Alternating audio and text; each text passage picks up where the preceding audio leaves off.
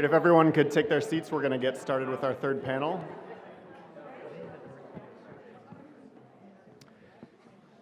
So we have spent the day talking about the cost of climate inaction. At our earlier panels, we learned about attempts to improve our understanding of how climate change threatens important sectors of the economy, where major vulnerabilities lie, and how they might be addressed.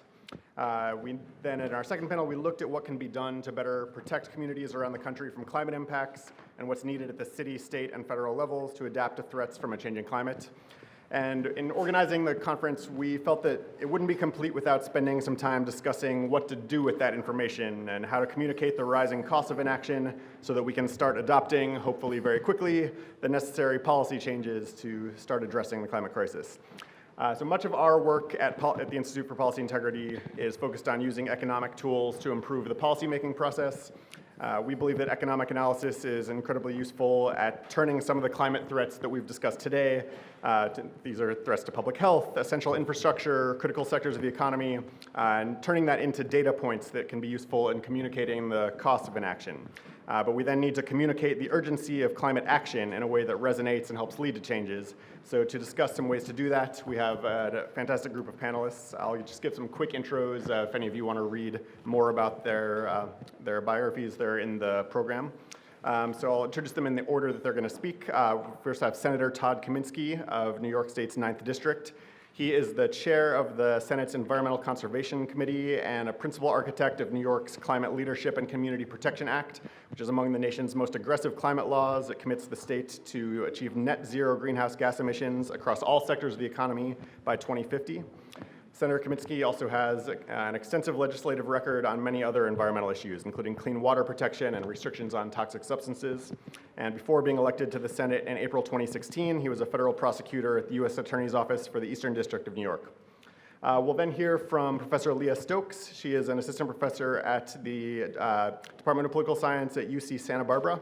Her research is centered on energy, climate, and environmental politics with a focus on representation and public opinion, as well as voting behavior, public policy, and similar issues at the state level especially. Dr. Stokes has published in many top academic journals, and she has a forthcoming book titled Short-Circuiting Policy, Interest Groups, and the Battle Over Clean Energy and Climate Policy in the American States. Her writings also appeared in the Washington Post, the New York Times, the Guardian, and many other prominent outlets. We'll next hear from Alejandra Núñez, a senior attorney at the Sierra Club. She advocates for the regulation of greenhouse gas emissions by the electric power industry, and her work also focuses on vehicle emissions regulations as well as carbon pricing and other clean energy policies. Ms. Núñez works closely with organizers and other colleagues at the Sierra Club to better communicate the positive impacts of climate policy and the consequences of inaction or regulatory rollbacks. And then finally, we will hear from Andrew Revkin.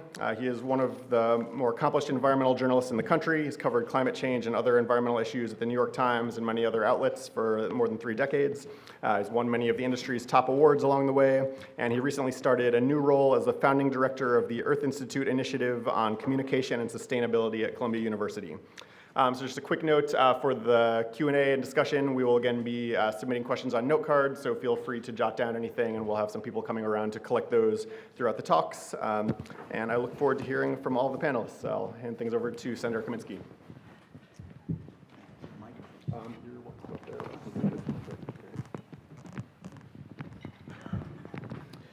Hi, everyone. So grateful to be back here today at my old law school. I owe so much to this institution. I got in on the last day before school started on the wait list.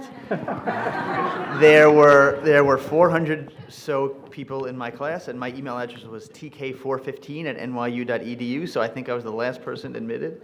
And I treated every day as a gift, and I'm just really, really happy to be back here. So this year we passed not among the most aggressive climate change bills in the country, but the most aggressive. And it was really essential that we do it. But I want to say a few things. We have a conference at the time in Albany of 39 senators in the Democratic conference. The way the votes went on this was only 2 Republicans supported it. So it was really the question as to whether our conference was going to support it or not, because there was not Republican support. And we come from all different parts of the state. There's districts that the president carried by a pretty considerable margin. There are obviously districts like Chelsea And the politics there are just a little bit different, and different types of voters, and some are more purple and some are more blue. When it came down to discussing climate change and what we needed to do on this bill, we were all committed to doing it, and doing it strongly, and doing it well, and getting it done. And Albany is a crazy place. When the session ends on the end of June, it's just like things stop. And it's not like a constant, we'll get back to this, when we're back from break. You're just done. So everything is competing for your attention. There are times where I could literally walk from the Senate lounge to the men's room across the way and be bombarded by 10 people with 10 different memos on different issues in those last days, because everyone's jockeying to get their issue in front of you. And some have to be in front of you, like New York's rent regulations expired on June 15th. Like, you had to deal with that. There was no getting around that. But we decided that we were going to make climate an issue that we weren't going to go home without doing. And that's part one. Part two is, well, then how do you figure that out? And we put together a working group of people interested in the issue. We came up with a plan, and everyone really liked it. And it was based on a lot of hearings we had around the state, and a lot of input we got from experts, a lot of talking to people in our district. So what we really came up with at the end of the day was saying that we're going to have an electric generation system in New York that will be carbon-free by 2040, and that our state in general by 2050 will have a totally transformed green economy where we will not be adding any greenhouse gases to the atmosphere by 2050. And we really put the marker out there. We believe it can be done. But my point to you is more that things like that don't just come into place. They're there because there's a wide base of public support for that. And this year was a tremendous upheaval in changing that dynamic. What do I mean by that? So just to give you some context, in 2016, when I ran for the Senate for the first time, so what happened was there was this majority leader named Dean Skelos. He was the Senate Republican majority leader. He was my senator since first grade. He was convicted of a crime, thank you, pre-Parara. And the space opened, and I ran for a seat, and I won by 0.5%. At the time, there were 9 Long Island seats. I was the only Democrat, right? From Montauk to the Queens line. No one was doing anything about climate change. The majority leader at the time said on the radio, I think it was a snowy day in late March, guess this climate change thing isn't really happening, is it? So that was the world we were in. Things have changed so much. You've elected different people. You've made this a clear issue you care about. I've heard from more young people. I go to elementary schools, maybe about 10, 11 a year. That's a lot of fifth graders to talk to. Almost all of them say if I could be governor for a day, they would do something about, they all say, the environment, without being prompted at all. So it built up to such a point that it became clear we had to do something. Then, on top of Washington inaction, news constantly about, California, being engulfed in flames, the Midwest being drowned in water, Superstorm Sandy, completely devastating my district. It's kind of clear that this is happening. So you really had a foundation of the news prompting action, Washington doing nothing, making the states actually important, and the people really wanting it. And it was a really unique set of circumstances. If you would have asked me with a month ago, is this thing happening, I would have publicly told you yes, and I would have privately told you, I think so. But it was my job to help shepherd it through. Remember, we're competing with a lot of different people. We have, real firebrand green people who say, no fossil fuels in any way ever, and we have to be, totally green, totally no fossil fuels by 2022. And then you have other people, like important people, like, the gas company in Buffalo, who say if you pass this bill, 2,000 people are going to lose their jobs, the next day, and that's going to be on you. So you have a lot of these competing things you have to try to figure out. And what do you do, for example, with a cement company that says, since about 14 BC, cement is made by burning limestone. And if you want our cement factory to remain here, we have to burn limestone. So can you, in your law, try to figure out how we could stay in this state? So these are things we're grappling with. We did it all. And we put together this really great law, and I'm really excited for it. I think it could be the beginning of a movement that other states follow. Here's the truth. Most people really care about Washington. Most people really don't care what happens in state government. It's sad, I know. I call people for support. They're like, well, I'm talking to the guy running for Congress in Missouri. I don't have time for you right now. Happens all the time. But right now it's changing because Washington's doing nothing. So states have become like a center of action, and it's pretty exciting. And if you're like me and you're the chair of the Environmental Conservation Committee at a time when the EPA is doing nothing, you could actually really move the ball on some stuff and be a leader. And that's why we get into this business. So it's been pretty exciting. Now, the idea, if a couple other states do this, especially in our region, we could really have exponential benefits that come from what we do. And more importantly, we want to show people this is feasible. There are doubters every day I talk to. You're going to kill us with the electric bills. How are you going to tell every single person in your town that they're not going to have a gas-fired boiler in your home, that they're not going to be able to turn on a car with a combustion engine? How is that going to happen? Show me, Senator. Sprinkle your magic beans on the earth to show me how you're going to transform this. And I have these discussions every day. But we also know that the science and technology has progressed a really long way, and we know that not doing anything is not an answer. And so we are going to plot our way forward. We've decided to be on the ground floor of a green economy. Other states are going to look to us for labor know-how, for figuring out how to do it, where we have bumps in the road. They're going to learn how to smooth them out. I mean, we're going to have the first group of people that are assembling a certain type of wind turbines, that know how to connect them to the infrastructure. What are we going to do with our fossil fuel plants? We're going to be answering these questions before anyone, and I think that's going to give us a head start in the green economy. So I'm really excited about where we are. We just now have to execute, and that's a lot easier said than done, but I'm confident in us. I'm confident that we can't go back, and I feel really glad about where we are and happy we got it done, and really happy to lead off this discussion today. So thank you.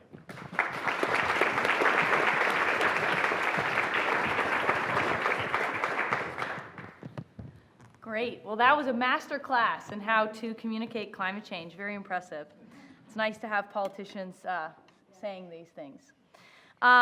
So I'm a professor of political science and public policy at UC Santa Barbara, and I work on public opinion on climate. I work on state laws on climate, lots of stuff. And I want to start out by saying two things, which is that we are gathered here today on the traditional lands of the Lenape people, and indigenous people are a really key part of the struggle, and acknowledging that is a way of messaging the history that we are living through today and the ongoing struggles that are happening. And one of those struggles that is happening is, of course, for young people and their future. And yesterday, 16 young people filed a thing at the UN for the rights of the child, and I just want to read their names because they are really leaders on the planet right now.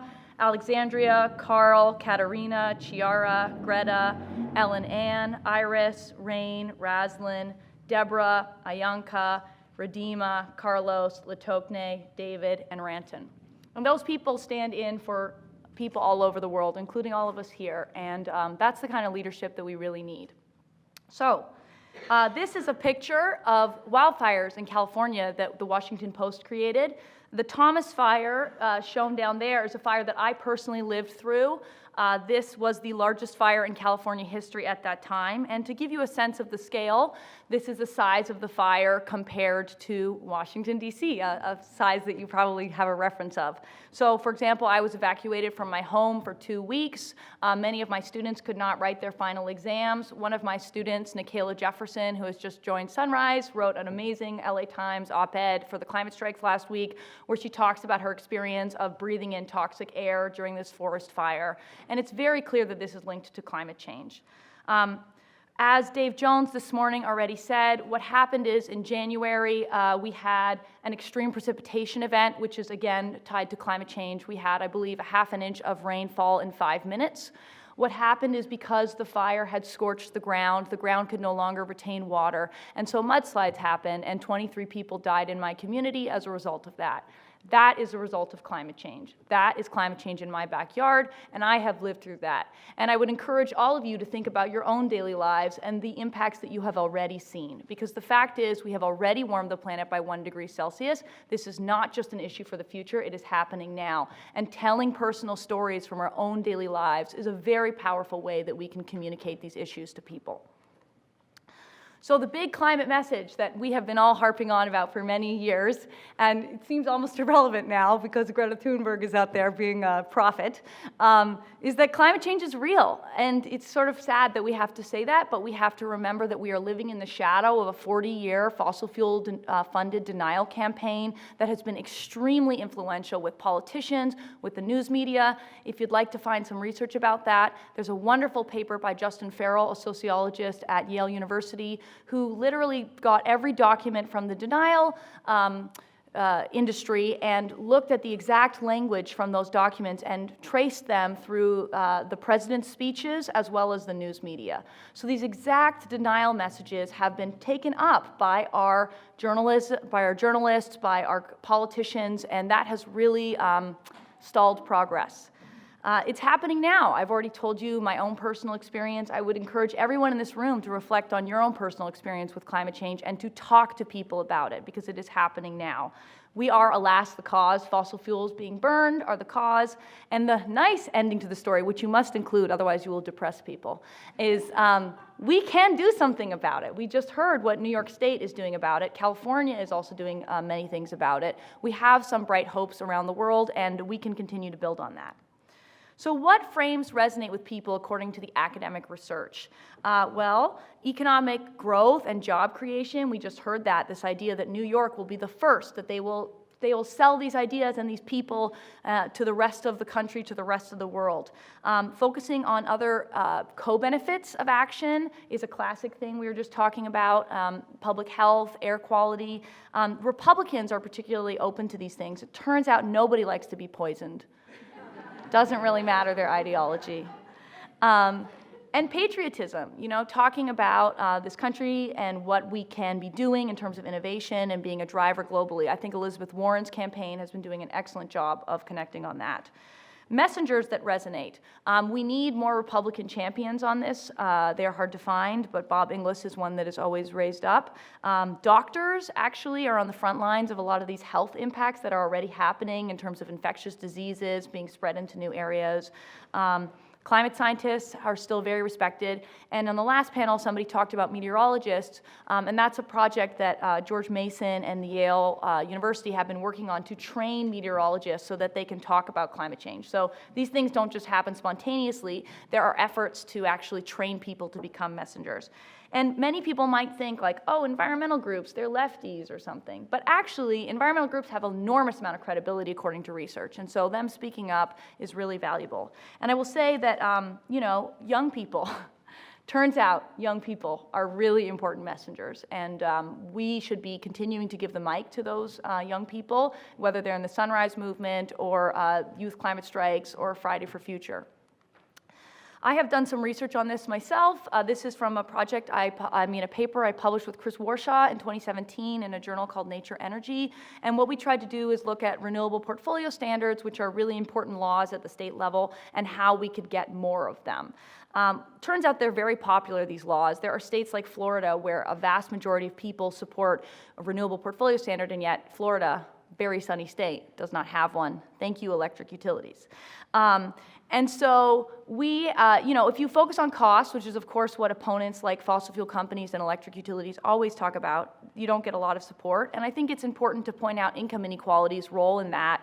A lot of Americans struggle to pay their bills. A U.S. Energy Information Administration last year published a report that 1 out of 3 Americans struggles to just pay their energy bills. And so when we talk about the costs that are being imposed on people, we have to remember that that's very much tied to income inequality. And that's part of the reason why people talk about something like a cap and dividend or a Green New Deal.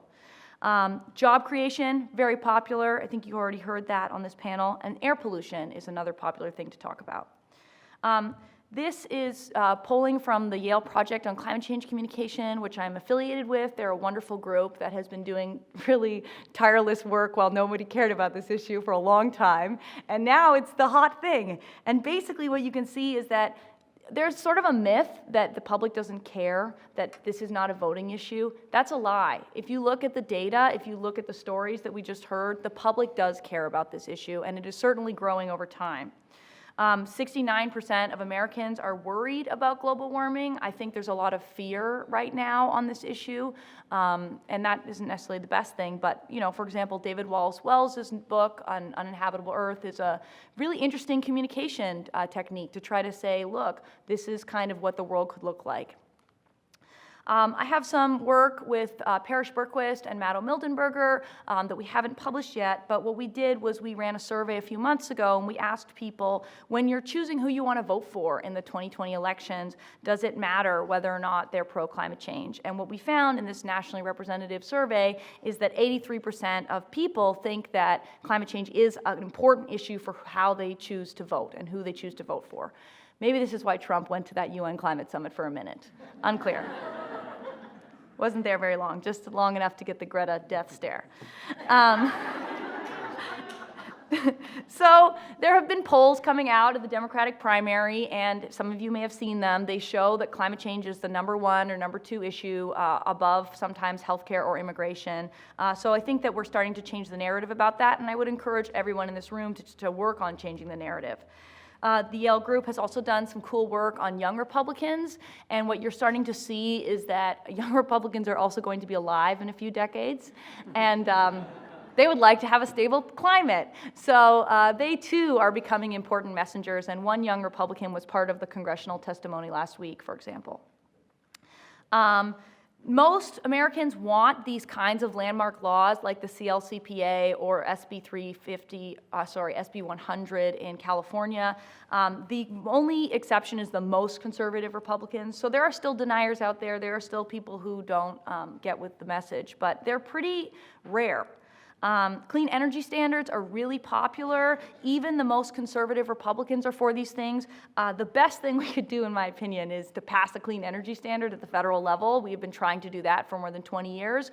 And although it's fantastic what New York and California are doing, I think about West Virginia, which is only 5% clean electricity, or Florida, which is only 15% clean electricity. And had the Waxman-Markey bill passed, for example, that clean electricity standard would have been pushing those states to be doing more. This is some other polling that Parrish and Matto and I ran, and we basically just asked about some of the things in the primary. And the perennial favorite topic is energy R&D. People really are into that. They're also into clean energy standards. But some things that lawyers might be curious to hear is that prosecuting fossil fuel companies is also extremely popular. And of course, we're starting to see that in New York State. On October 23rd, the case against Exxon will start, and there is public support for doing that. Some things that are not as popular are banning cars, combustion engine cars. So we're going to have to figure out how to message that in a way that is more effective. I've already mentioned this, but we really cannot overstate the role of climate denial in wasting our time. There has been a huge polarization of this issue in the last, from basically 2008 onwards. And although some people might say that was because of the financial crisis, Matto Mildenberger and Tony Lazarowicz have a fantastic article in Environmental Politics where they show empirically that is not the case. It had nothing to do with the financial crisis. What it probably had to do with was fossil fuel companies mobilizing to get our politicians to no longer want to act on things as the threat of actual policy through the Waxman-Markey bill started to come down and down on people. So this is a very unfortunate thing that we've seen, but hopefully some of this polarization is starting to go away with the largest protest in world history on Friday. This is the data from the YPCCC, which shows the massive surge in the past year or so on climate. Basically, it's like 10 to 15 points across any kind of question you ask. So will it harm Americans? 12 points more. Am I worried about it? 16 points more. So we're really seeing all the trends move in the right direction in terms of people's understandings of these issues. I'll say a few things about the Green New Deal as an idea. I have a paper under review right now where we tried to empirically test if the Green New Deal theory works, and it's true that if you put social policy together with climate policy, which is a little bit what the CLCPA was trying to do, that actually makes a more popular bill. So this, for example, shows you that most people want to do, 2/3 of people want to do a big kind of package. So, for example, if you had a federal bill, if you put social policies like a job guarantee or a $15 minimum wage or retraining programs or union jobs, whatever it is, all those things increase support. And the interesting thing is that it actually doesn't decrease support amongst Republicans. It just boosts up support by Democrats without polarizing, without basically decreasing support by Republicans. Now, the one sad fact is that people still like bipartisanship. And while it's great to talk about all the Republicans out there who want to do climate action, there are, in fact, very few of them. And I'm very hopeful that that will change, but it's really not the case right now. And of course, costs are a big issue because of those income inequality issues that I talked about. I've already kind of mentioned this, but R&D is a perennial favorite. So for example, right now in the Senate, they're talking about putting together a big bill that would increase ARPA-E funding. That's a really popular thing to do, and I'm very hopeful that that will pass. And I just want to leave you with a few resources that you can all use, whatever kind of work that you have. The Yale Project, as well as my colleague at UC Santa Barbara, as well as Utah State, have been for many years now making these maps. I don't know, has anybody seen these maps before? Very cool. They're cool maps, right? So what they do is they downscale to counties, to congressional districts, to states, and they tell you across a whole bunch of different policy issues, what do people in my district think? And this kind of information can be used to tell politicians what do people actually think. So for example, there was a politician running in Southern California in 2018, and he wanted to run on climate change, and his staffers, because they had drunk the bad Kool-Aid, said, don't do that, people don't care about climate change. And so he went onto these maps and looked it up and said, actually, no, in my district, people do care about that. So we've got all kinds of data here in terms of whether or not people like electric vehicle subsidies, whether or not they support drilling in the Arctic National Wildlife Refuge, which is currently being opened up for leasing, not popular, they're doing it anyway. And the cool thing is we even have it by party now. So if you are a Republican or a Democrat and you want to know what your co-partisans in your district think, you can look that up. And I just want to say that one other group that is doing this kind of work is Data for Progress, and they also are asking different kinds of questions and downscaling it. So if you're looking for data in your local community, this is where you can find that information.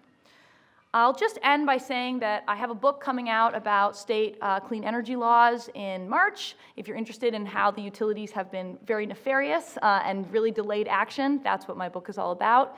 And I really hope that I'll leave you all today with the kind of energy that Greta Thunberg has really brought to all of us, which is a quote from Mary Oliver, which is, "May I be the tiniest nail in the house of this universe, tiny but useful." So thanks very much, and I hope we all work really hard to get something done.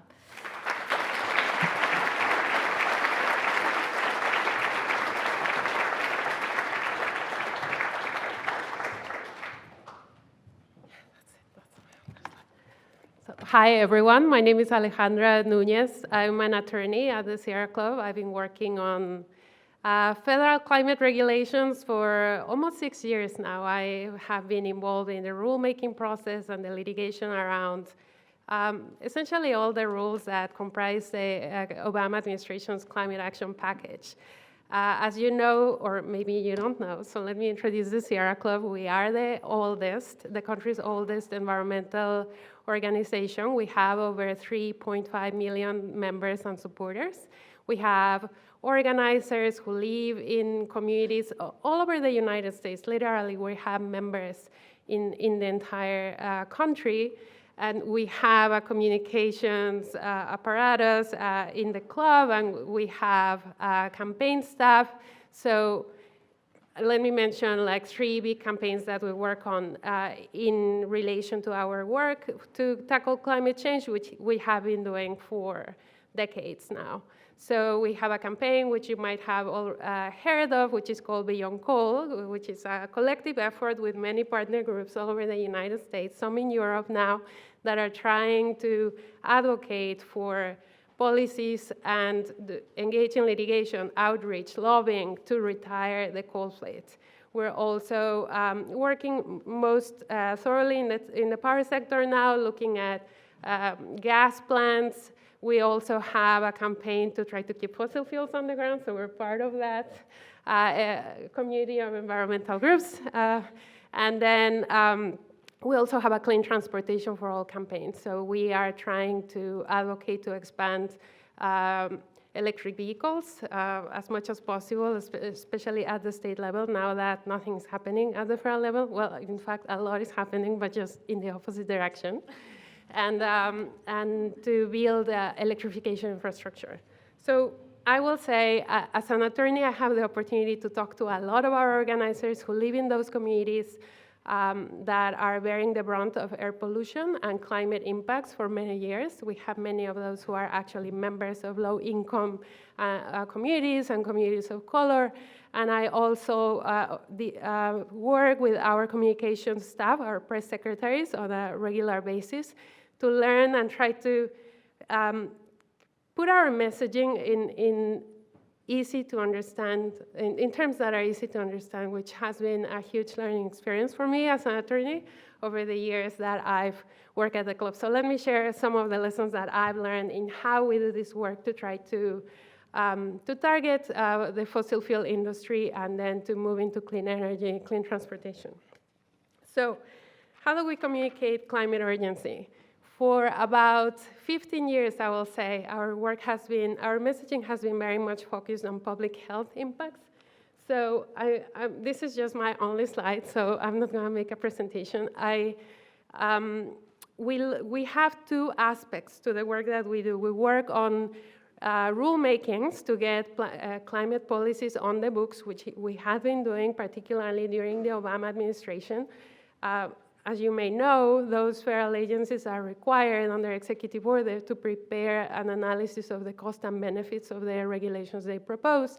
And we rely on that information. We rely on climate science, the IPCC report, the National Climate Assessment, and of course, our press, the press and our communications experts helps us translate these messages in information that will reach our members and the members of the communities where the club has a lot of engagement.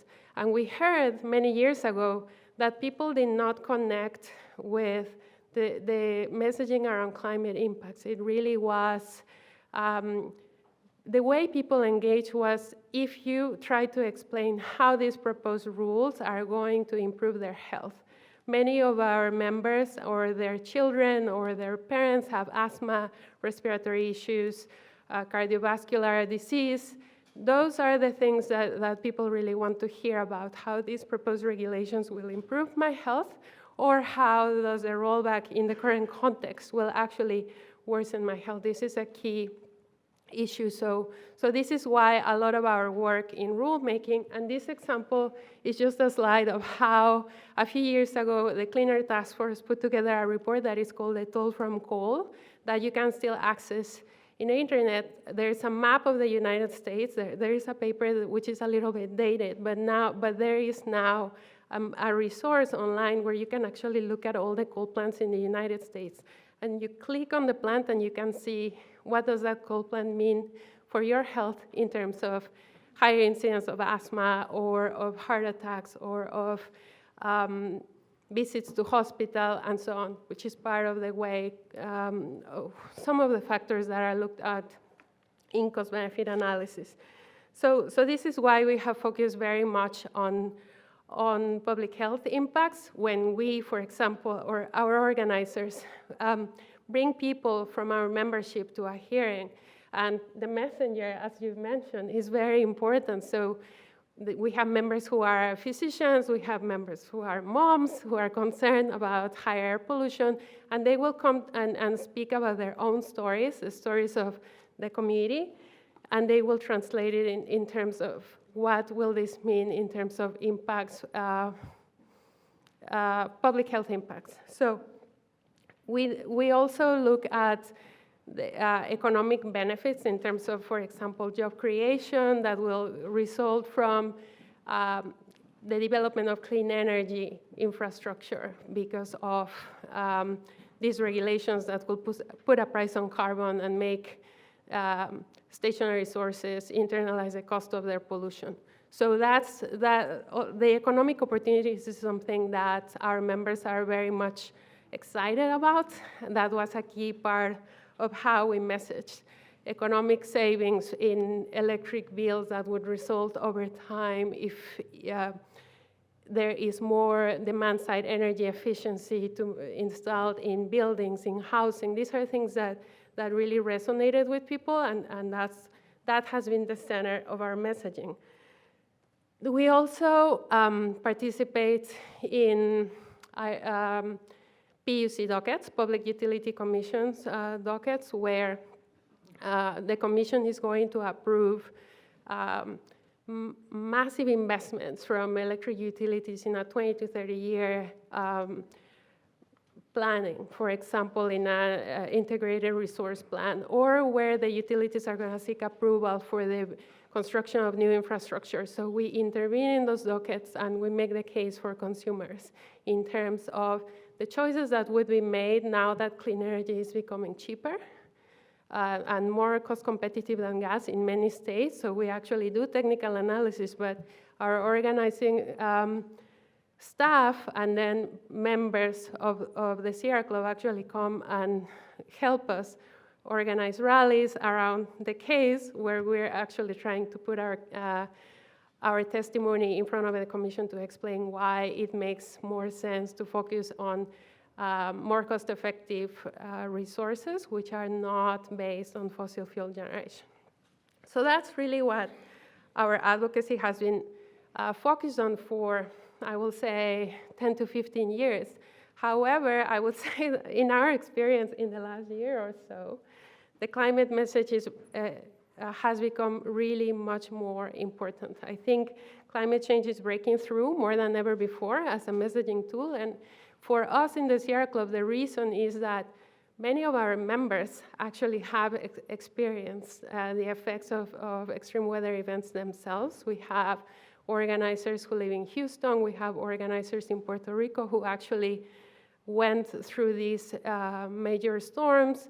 We also have a huge membership in California. We have many chapters in the state. So with wildfires every year, people are really becoming concerned. And I think that has led us to learn that we can now put climate change in the forefront of our communications messaging.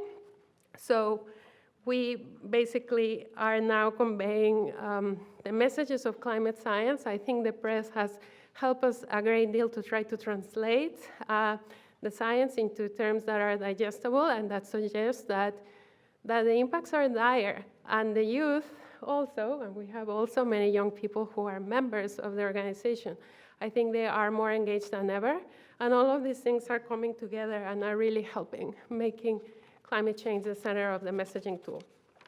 So how would we focus, and this is really like, we are now really more focused on this, especially after the storms in Texas, Florida, and Puerto Rico. So let's look at the cost of disasters. How do we talk about this? So rule number one, we are mindful of the situation. There has been a disaster. Many of those people who have suffered, who have lost their homes, are members of the organization. So I tend to see when, for example, after Maria, there was the hurricane hit, and we saw in the press a lot of, a lot of articles saying, well, more extreme weather events, this is clearly due to climate change. And I think, our first advice in the Sierra Club is be mindful of the situation. Many of those people that are suffering are your members, so they don't want to hear you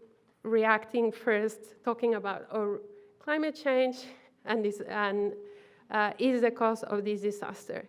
They want us to be mindful of the fact that many of these people, and this has been said throughout the day, are low-income communities, communities of color who have borne the brunt of pollution historically, and those are the people who are affected by these extreme weather events. So being mindful of that, and then looking, let's say, step two, then yes, of course, this is related to climate change. So let's talk about direct costs, a little bit different from this, which is the public health impacts in terms primarily of conventional air pollution. Let's talk about the cost of the disaster, property damage, housing, lost housing, the cost of relocation, which is where it's difficult to quantify. Of course, government agencies are quantifying, but talking to people who live in those communities, we're learning a lot of things, such as, you can't really value this because I've lived in this land forever, and my parents live here, and I don't want to move, I want to return. So just putting some value. Some of these are quantitative, they are numbers, some of these are qualitative measures. What other costs? Well, we have we heard this afternoon about insurance costs rising. All of these things we are looking at more closely. And then let's move to health-related costs. There's a lot more research now that shows the health-related effects from climate change, from heat-related diseases. Many of our members are experimenting those, so obviously we look for information about the cost, and it's something we're trying to understand. And then the increased air pollution and the public health effects of smog pollution, for example, conventional air pollution that is also caused by climate change. So rather than the direct effect on ground level ozone from increased levels of NOx, it's the effect of those NOx emissions in further warming of the climate, which leads to more smog. I think that relationship, our members understand it better now, that it's conventional air pollution that is directly related to climate change. And then, I mean, again, now in terms of our advocacy, when we are targeting fossil fuel fired power plants, so for example, as we know, much of the coal fleet has retired or announced to retire. We have a long way to go still, but I think the biggest, most higher polluting coal plants have now shut down or will soon. So now we're confronting the risk of all these new gas plants being proposed across the United States. So what are the costs of those choices that are going to be made now that clean energy is becoming more cost effective? As I mentioned before, we participate in proceedings in public utility dockets where essentially, in summary, we make the case for clean energy and we make the case for utilities not locking consumers into costly choices for many years. By the time those new gas plants will become operational, clearly clean energy will be cheaper.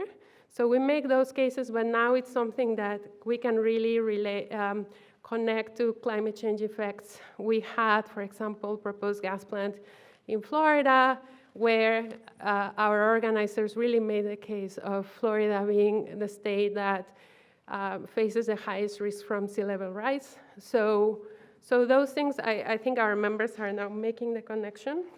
And then I think I'll say leadership. This is something that we also try to message, which is the more backwards we go, the United States will become less competitive in the world because there are countries that are high emitters of greenhouse gases who are actually enacting strong clean energy policies to clean up their power sector, to clean up their transportation sector. So it's something that just rolling back these regulations, for example, at the federal level for the power sector or the transportation sectors are just going to put the United States behind other countries in the world. And last, I'm going to close with the importance, that's something that our communications experts are raising awareness, is humanizing those costs, putting a face to climate impacts. As I mentioned, we have many members, so we're thinking that going forward, it's really important for us to actually lift up the stories of those members of the club, of our organizers who are actually members of those communities who have suffered the impacts from extreme weather events, and there are all sorts of examples I can give you that we think get to people and really generate reactions. People want to get involved when you tell them how your individual economy has been affected. If you're a homeowner, it took you 15 years to pay your mortgage, but you're in a place that is facing sea level rise and then gets hit by a hurricane and you have lost everything. Those are things that people in the community, our members, connect with, members that we have who are farmers, who don't care about trade wars.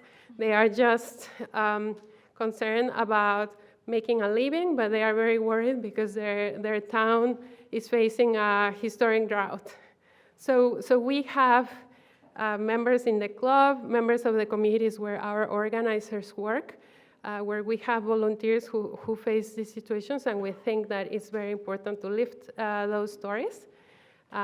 different mechanisms, magazines, and podcasts, and just tell those stories about what are the economic impacts for those individuals. Those are things that people connect with, and that hopefully will help us to get together and push for action.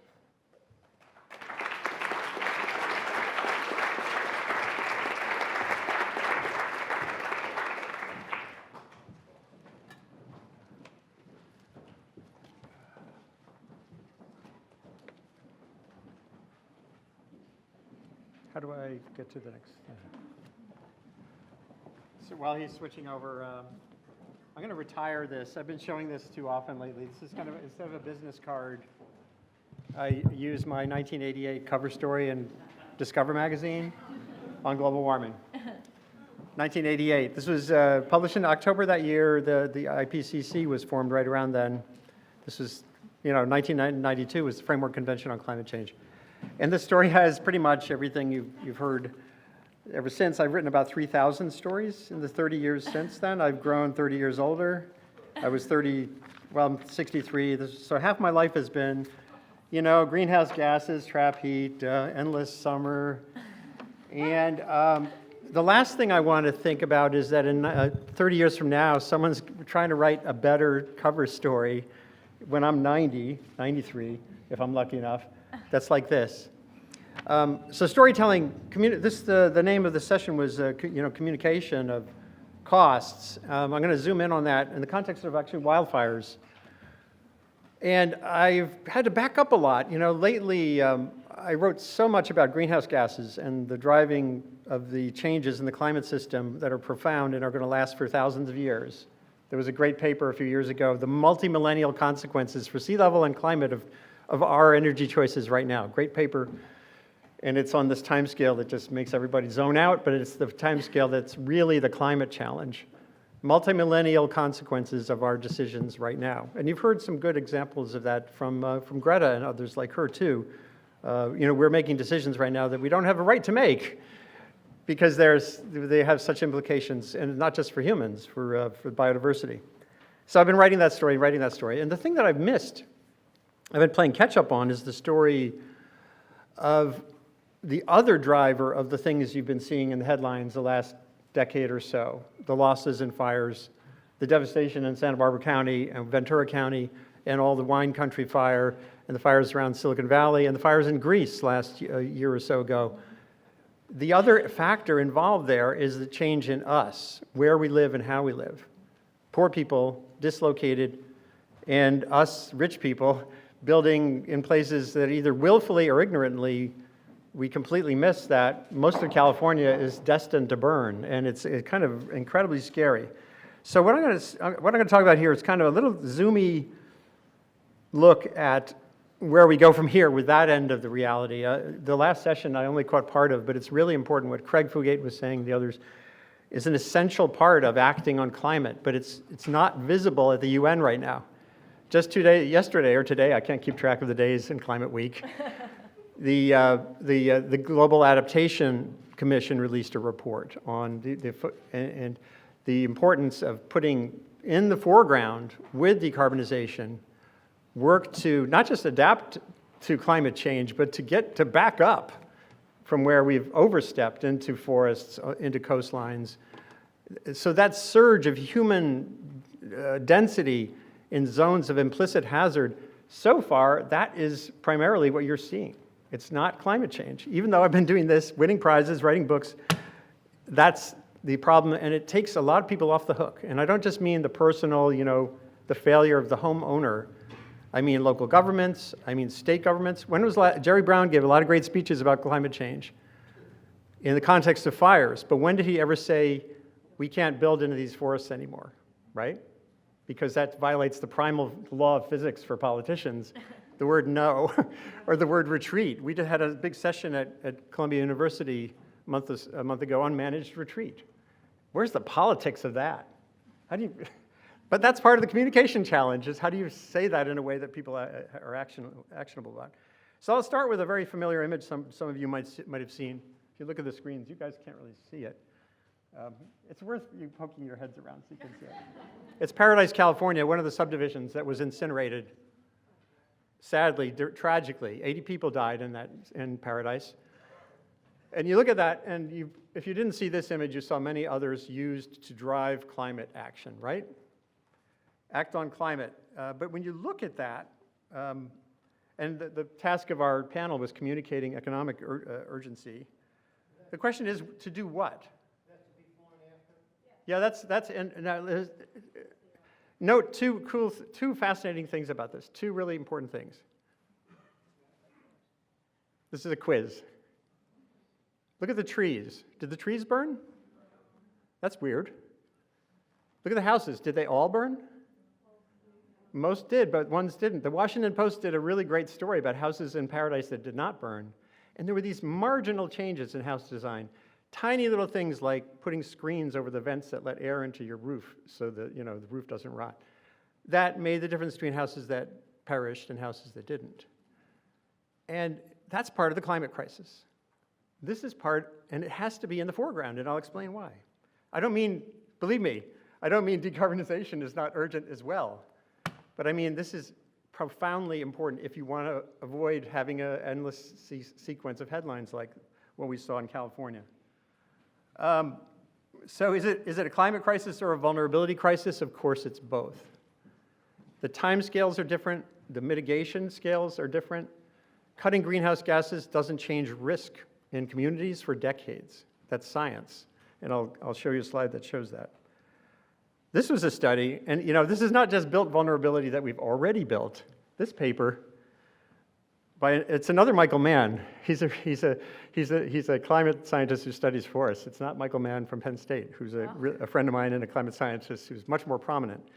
This paper, Modeling Residential Development in California from 2000 to 2050, integrating wildfire risk, wildland, and agricultural encroachment.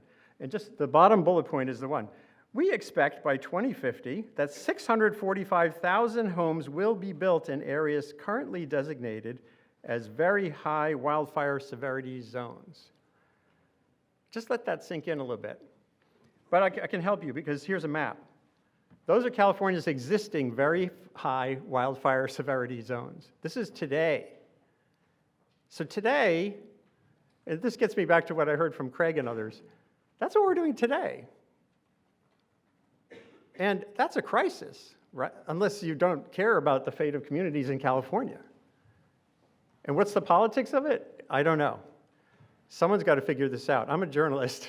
I am now doing communication innovation beyond journalism at Columbia University. One of the things I'm going to dig in on is, and you heard Sierra Club actually has had some interesting experiments, what they call rural climate dialogues, where they get into communities with facilitators and engage on the issues. How do we make our community less floodable? How do we make our community more resilient? How do we think about the future? And that gets past the partisan divides. They're doing that with this group called Jefferson Center. I want to have journalism integrate those properties into how we do journalism. So back to this, I'm going to skip forward again. By the way, Greece, the terrible fires in Greece, it killed a similar number of people to what happened in that particular fire in California. The same thing. If you look at, just go on Google Earth, go to the time slider thing, which you can do this with any place on Earth, and you can pretty much see where they have the data. You can see 30 or 40 years of housing. And if you use the time slider thing in that area of Greece east of Athens, you'll see the same phenomenon that happened in Paradise. People building mostly off the grid, mostly not legally, in forests that were going to burn. There's a whole long another story about why those red zones are there. So, I've been at this since '88. Al Gore I haven't been in touch with him in a while, but he endorsed my first book on global warming back in 1992. He wrote this in his 1990 book, Earth in the Balance, the bestseller that really kicked off this, where we have gone since. He said, adapting to climate change is a quote-unquote kind of laziness, an arrogant faith in our ability to react in time to save our skins. Early this year for National Geographic, I did a story on adaptation, which is rising in importance, and I called his office, and they sent me a link to this page of his 2013 book, which is one of those books where people buy it and then put it on a shelf and don't really read it. It's called The Future. He said, quote, I was wrong not wrong that deniers would propose adaptation as a delaying tactic, but I was wrong in not immediately grasping the moral imperative of pursuing both policies simultaneously, in spite of the difficulty. But he just wrote an op-ed for the New York Times, many of you probably read, that ran Sunday, I think, here with Climate Week, and he barely mentioned this. And to me, Al Gore, of all people, should be, he's in a position far more than I am or others, to make the point that we are on a path toward peril on the ground that's actionable, that has also bad guys. You know, developers who are selling people condos in places that they know will flood. You heard there's disincentives in our system so to know that if a place you want to buy flooded previously, those are just as culpable characters in our climate vulnerability crisis as the Exxons of the world who have been trying to deceive and delay our action on this issue. But they're off the hook as long as no one's paying attention, including the media, to that side of the story. And luckily, as I said, you know, this is happening now. There's this global adaptation report that Ban Ki-moon and Bill Gates were involved with. At Columbia, we're going to do a second managed retreat conference. It was a success, really wonderful. We're going to do a lot more along these lines. And there was a recent article in MIT Technology Review on managed retreat as a concept in forest zones in parts of California and elsewhere where there's so much fuel that built up over 100 years where that red is glowing so hot, that risk zone, that we got to back away. Sort of like if you ran into a room and you realized there was a gorilla in there, right? You kind of like, you know, you sort of quietly back out. That, we have to back away somehow, even as we build forward in other places. Journalists, scientists have been doing some of the most clever research, visual research on Twitter. Twitter is like this fantastic lab for visual innovation. Ed Hawkins, I'm sure many of you know, came up with this idea of warming stripes. You see him in the little pictures on the left. It's just on the right. It's just basically climate history and temperature with changes in colors. And another scientist in Germany decided to go one better. And this is another innovation that I love. That's why I like to dig in on this arena. How do we innovate in communicating sustainability concepts? And what he did, what you see here is two futures. The problem with that warming stripes visual was it ends now. It's 100 years or 150 years of temperature until now. And what Alex Radke has done is carried that forward. And it's kind of like a Christmas carol. It's like when Scrooge get freaked out by the ghost of Christmas future, and he turns to him and says, he's holding onto the ghost's cloak, and he says, well, you know, is this a future that must be, or is this like just maybe? And so here you see the low and high emissions tracks. And it shows you we're heading for two different worlds, for sure. That's why, you know, emissions reduction really matters. But there's one important thing to note in this image. You can't, probably those in the front can see the dates. So even if Greta and Al Gore and I and all of you in this room took control of the global economy and somehow had enforced a 1.5 degree track, that we're actually going to hit the goal, and how hard would that be? But suppose we do that. The climate system doesn't start to divert from its normal being a big climate system till 2050. When you look at that under the best modeling. So what's happening between now and 2050?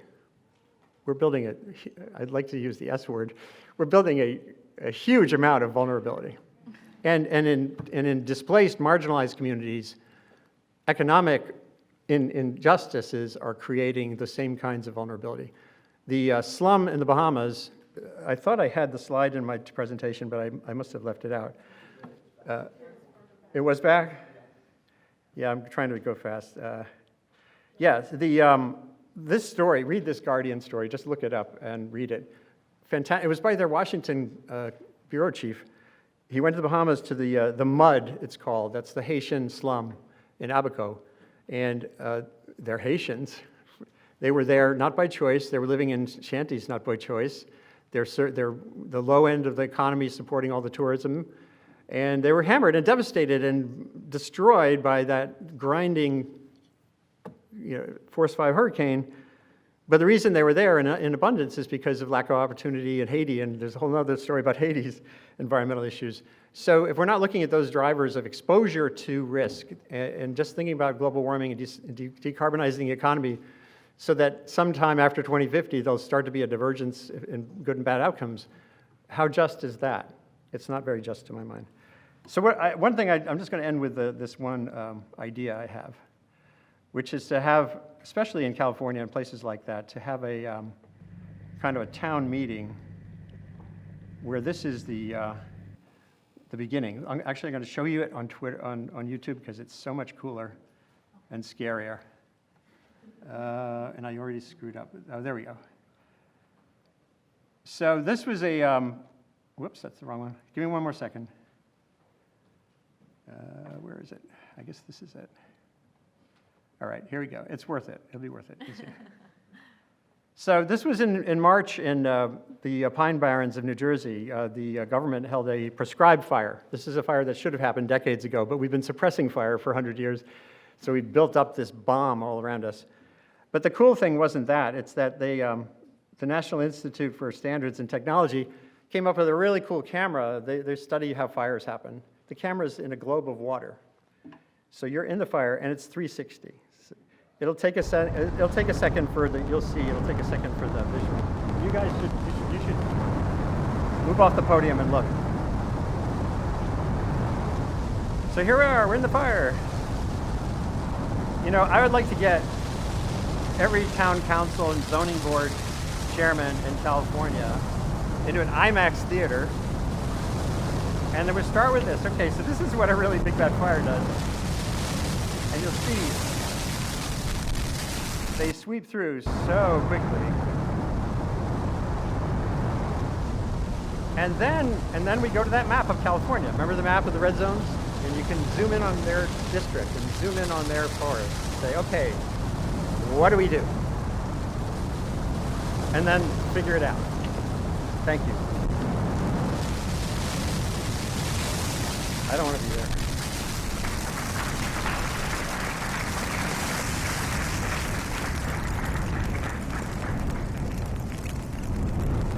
Great. Just let it go for the rest of the day. Check.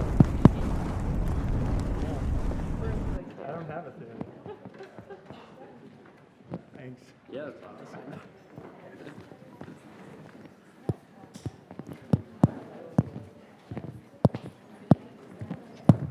Check, check. Okay, great. So thank you all for those remarks. So again, if you have questions, feel free to jot them down on the note cards, and we'll have people coming around to grab them.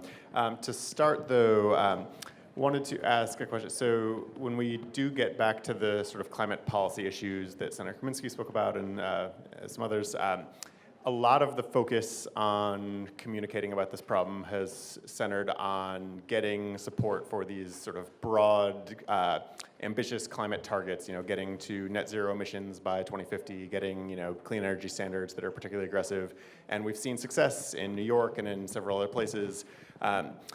I'm curious what people think, though, and Senator Kaminsky spoke a bit about some concerns with this, but as we get into the implementation phase for many of these policies, you might expect some additional pushback. You know, for instance, if you imagine people in New York State whose buildings or apartment buildings or homes may need to convert from natural gas heat to electric heat, and they face some level of costs or inconveniences in this process, you might get some opposition from folks who were broadly supportive initially. What are the sort of communication challenges and, you know, ways to overcome that level of pushback, which, you know, ultimately may determine the success of these kinds of policies that have been the core focus of much of the climate movement? And anyone who wants to start is welcome to. You know, I'll just add that, you know, the idea should not be to force this onto anyone, but to have enough advancements in the technology that the economy pushes it along. Also, there's important talk of government funding a lot of this. I think the big communication question, frankly, since we're all in the room, is in a year that congestion pricing after 10 years finally got over the line, will there be a funding mechanism surrounding fossil fuels that are going to be able to fund a lot of the changes that are going to be necessary to give people real incentives to change the way they're heating their home the next time they want to do so, or to buy that electric car? The money's going to have to come from somewhere. And that decision was very purposefully not in the legislation, but can certainly be considered by the Climate Action Council that is promulgated by this legislation. So the communication around that and whether that becomes popular in the next 2, 3, 4 years, I think is going to be the central debate in a lot of states, if not the country, and one that you could play, obviously, an important role in advancing. Leah mentioned the polling on R&D. I wrote about that in 2006. The underinvestment in basic R&D on energy frontiers is huge. And it's not just the U.S. It's all the OECD countries have been asleep. When you look, we spend $2 or $3 billion a year on energy-related R&D. We spend about $70 billion a year on defense-related R&D, $40 billion on health R&D, not medicine, on actual science. The space race was about $30 billion a year on R&D. That we cared about going to the moon because it was part of the Cold War. So we don't really care about energy yet, because when you're doing $3 billion a year on energy R&D, that's nothing. The place I think can make a difference is academia, of which several of us are a part. And there, universities can serve a role as sort of an extension service, like we did with the agriculture. I think it was Lincoln who set up the land-grant colleges. It goes back even farther than that, so that we can enable communities to figure out some of those complexities. Jason Bordoff, who's the head of our Center for Global Energy Policy at Columbia, got a new house in New Jersey, and I think it was on Twitter, he was saying he couldn't find the information he needed to do the efficiency stuff on the house. And I'm thinking, if Jason Bordoff can't find the energy stuff, then we have a problem. And I think it's solvable. I think academia could help a lot. Yeah, and here's a quick example. So you have a school district or a city that wants to electrify its bus fleet, which is the equivalent of many times the amount of cars. Right now, many are saying to me, we just don't think they're reliable enough. I can't put 26 kids on a school bus and not know it's going to get from here to there and work without being charged, or they have the capacity to do that. Clearly, there's a problem if our country, with all its know-how, cannot be able to put together the type of battery that can power an electric bus such that a school district feels comfortable investing in it. That's something that has to change. Especially because of the health impacts from diesel on kids. So I will say we have chapters everywhere, including New York. We were very active, working in making this law become possible, and we're very excited about that. For all our advocacy to create policies to price carbon, we are always very mindful about what is the economic impact in the short term. There are going to be economic benefits in the long term, so you can be sure that part of our advocacy will be, and we're already thinking about the implementation phase of the statute. What are the policy mechanisms to generate revenue to fund some of these greenhouse gas reductions, and how are we going to make sure that those policies address any regressive effect? We're already thinking about that, and that's going to be a big part of our advocacy. But in the long run, all these pieces are moving together, right? Clean energy is becoming more cost-effective than fossil fuels, so this change is happening, and that's something that is going to help make this change. So we are very excited, very confident, but we will make sure that, especially for low-income communities of color who have been most affected by climate and air pollution, that whatever effects from any of those policies that will be tough to implement, right, that those effects are addressed. I will also say that the Sierra Club and other advocacy organizations do polling also, and for many years, many of our members and many members of communities of color, those surveys say that people are willing to pay more for electricity that they know is sourced from clean generation than from fossil fuels. Now, it's becoming more cost competitive, so people are aware of the economic impact, but in our advocacy, we'll be very mindful, and we're thinking about how to address those effects, but in the long run, we think that it's going to create public health and economic benefits. I just think that's a really important question. Implementation is not sexy, and it's like where the rubber hits the road. I dream of like Chip and Joanna Gaines remodeling Texas homes with induction stoves, that like these things need to be marketed, they need to be viewed as better. And if you watch the CNN Climate Town Hall, at one point Andrew Yang was asked by the crappy moderator at that moment.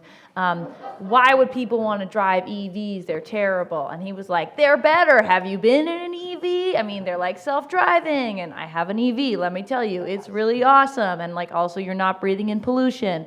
And the same is true with gas versus induction stove. A gas stove is poisoning you. So I think that we really have to get this right, because I don't know if anybody knows this, but I've done a history of renewables, and the solar hot water heating boom in the 80s was done very badly because a lot of these systems were installed, they were then abandoned, they then leaked into roofs. We can't do that. We have to make it sexy and market it, and somebody who's better at that than me, the academic, should do that, but that has to be the goal. It has to be better than the status quo. Great, thank you. So I want to go to a fun audience question here that has a couple of graphs drawn on the card showing the climate communication increasing over time and carbon emissions increasing over time, suggesting communicating urgency doesn't lead to behavior change. Prove me wrong. So does anyone have any reaction to that? That's why I've changed gears. That's why I'm not a journalist in the front, a frontline journalist. I just came from a meeting about ways to use artificial intelligence, remote sensing to slow deforestation with the insights from the ground from indigenous communities.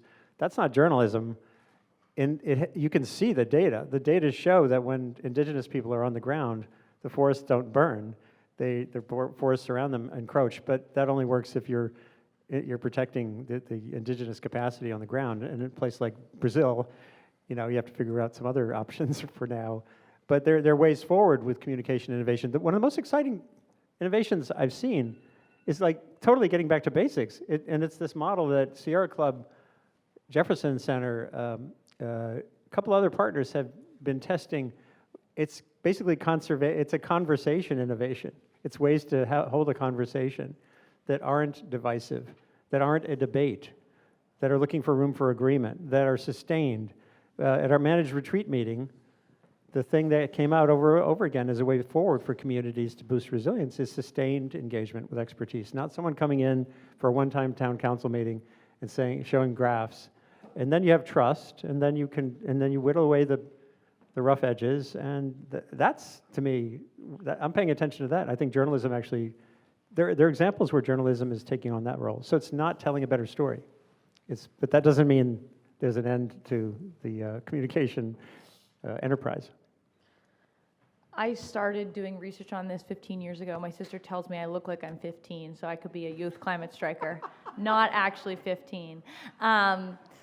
I started doing research 15 years ago on individual behavior change, trying to get people to change behavior. And I really became disillusioned by that because it's true. It's not about more information. It's actually about collective action. And that's why I'm so inspired by the youth climate strikes, by the Sunrise Movement, because we have never seen a civil rights movement like social movement on environment yet, apart from the Earth Day movement. And look what that got us. That got us the EPA, the Clean Air Act, the Clean Water Act, NEPA. So that's what we're trying to do. And you should not get disheartened just because we're not winning yet. We are up against very wealthy interests who make money off of delay. Why wouldn't they try to stop us? And I would encourage you to read that book, Cokeland, for example, if you want to learn about that, or my boring book, Short Circuiting Policy. So, not quite as cool, but on similar topic. That's what we're up against, and you can't get disheartened. You cannot quit now. We are only just starting to win. So, yeah, no.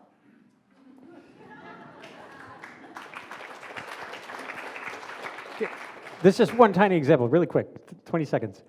There's a hashtag, Skype a scientist. Look at it, and I can tell you how it came about and why that can happen anywhere. Skype a scientist. Just check it out. Go on Twitter. And be on Twitter, damn it. All the time. Fight for Twitter sanity. I will say we're going to continue working on climate mitigation. That work doesn't stop. We are fighting this federal rollback. We are getting a lot of policies on the books in the state. A lot of states are doing a lot of good things to move to clean energy, clean transportation. Our members, something very inspiring to me is, for example, to see how our members, some of whom I've talked to, they are very much engaged helping us. Many of them are people who volunteer to go to dealerships, to check whether the dealers have electric vehicles in their inventories. And they find out a lot of information for us that helps us put reports. The Sierra Club just released a report on model policies that we can pursue. I mean, there are so many things. People are inspired. Change doesn't happen from one day to another, but I see it with our members. So many of them own a new electric vehicle or a used electric vehicle. They go, as I said, sometimes I get emails and say, I just went to this dealership in New Jersey. It's very good. This guy knew everything. There are good models. And then I went to this other state, which I won't name, and it sucked. So people are very, very engaged, and I think, as I said before, like trying to motivate people at the individual level, like individual action, we see it happening, and I think little by little, we're going to create those changes so that. And then we'll keep on working on climate mitigation. So we just need to be hopeful. So another, sort of pushing back on the premise of that last question that, we've made not much progress. Again, we have seen, major progress in some areas in many states. So the one through line you might find if you're sort of trying to figure out, where there's been successful communication, if you look at that as where has there been successful, policy, the through line in many of these places seems to be that there, are progressive candidates that regularly get elected.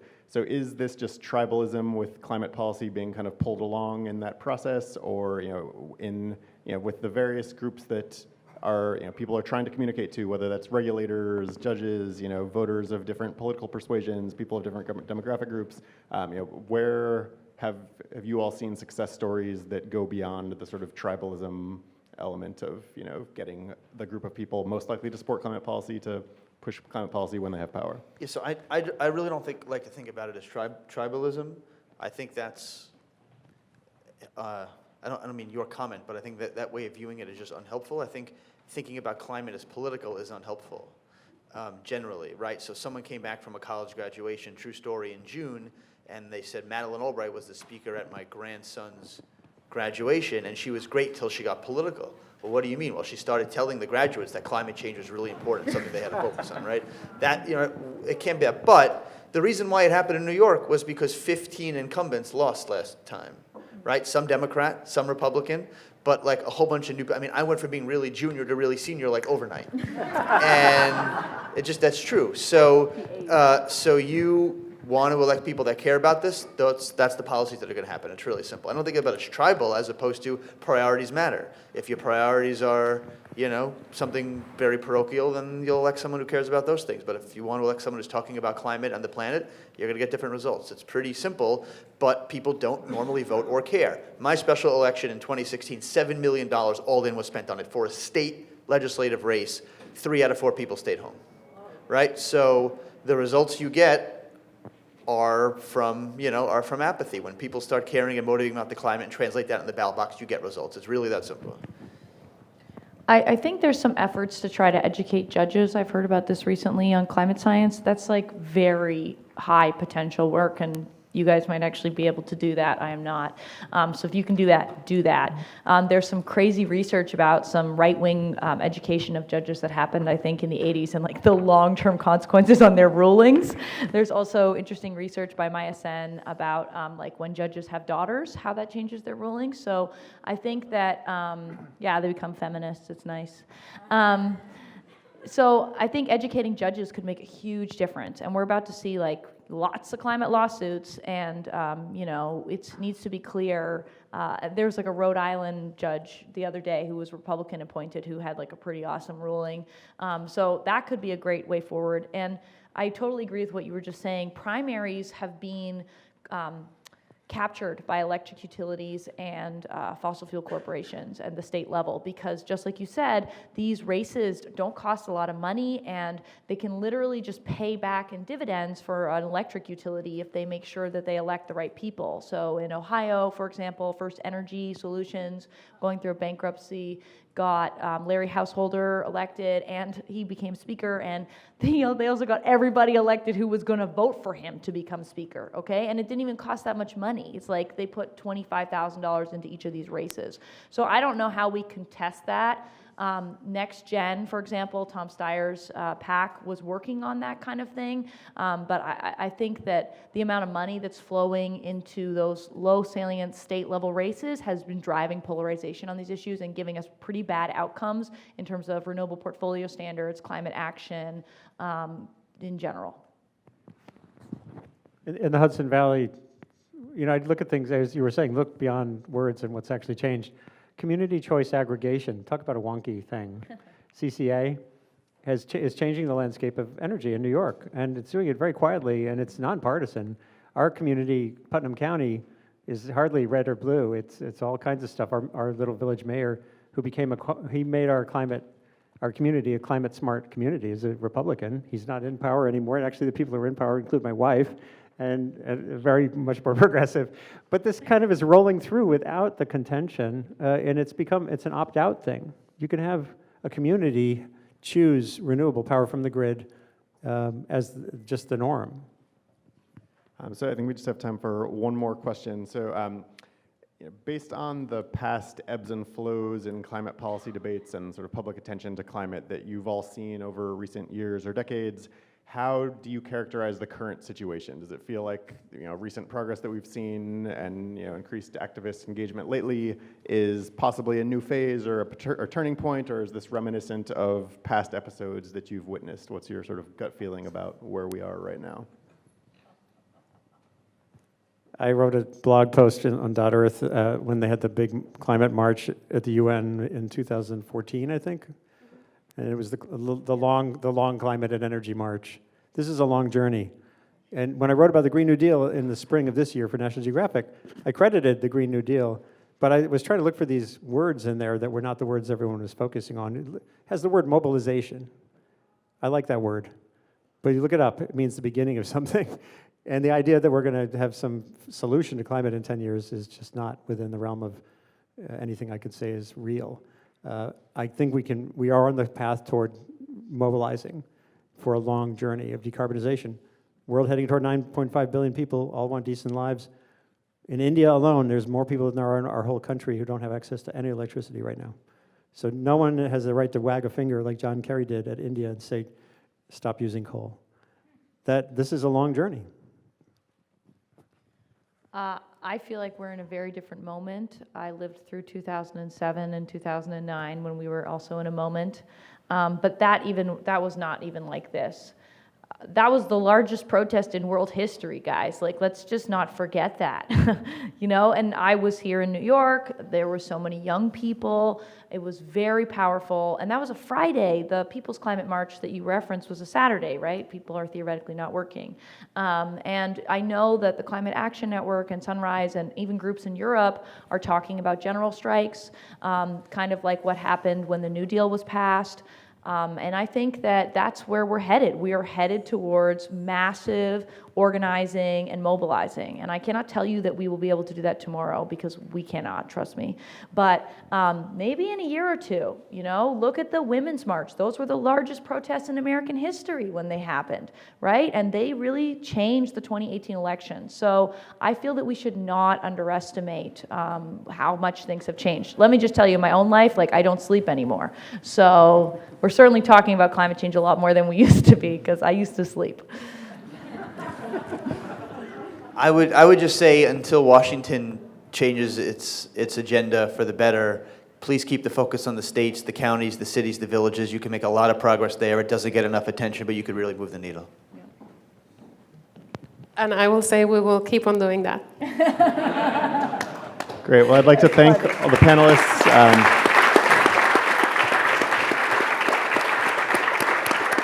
Also, very quickly before we break, I'd also like to thank my colleagues Christine Price and Chris Beltrone and others who helped organize today's conference. Thank you to all the other panelists and to everyone for being here. Have a good rest of the day.